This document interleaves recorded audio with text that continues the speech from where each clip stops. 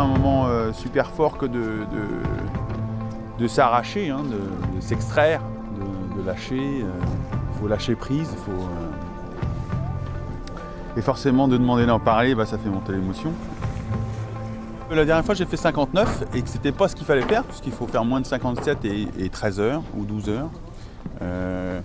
C'est juste effectivement cette sensation de sentir que je suis capable avec ce bateau, avec Sodebo, de réaliser, de tourner autour de la planète en étant le plus rapide et pas seulement de faire le tour du monde.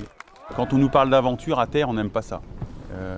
Mon métier à terre, c'est de faire en sorte qu'on ait prévu l'improbable, tout en sachant qu'à un moment comme celui-là, au moment de partir, on rentre quand même dans l'aventure, dans la vraie aventure avec un grand A.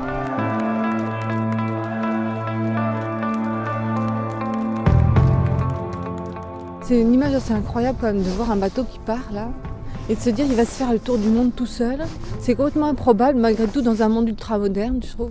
Il y a une espèce de décalage et puis c'est vraiment beaucoup d'émotions parce qu'on le soutient depuis 12 ans et on a l'impression à chaque fois que c'est un déchirement, que c'est difficile. Il a vécu la dernière fois quelque chose d'assez difficile, donc pour nous c'est aussi une autre épreuve qui l'attend certainement, mais en même temps il est parti avec une telle joie, un tel plaisir.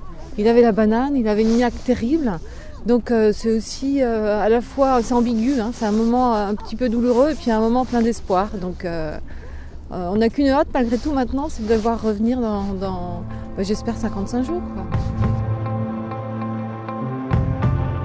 Alors attention pour le passage de Sodebo 2, attention, top, passage de ligne.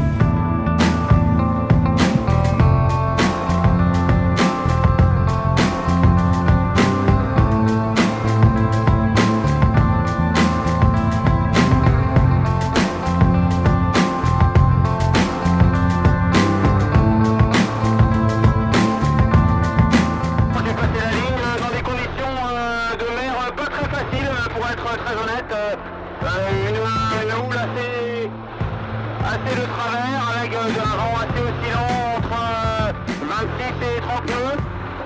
J'ai fait un petit planté, puis là c'est parti pour le grand tour, quoi.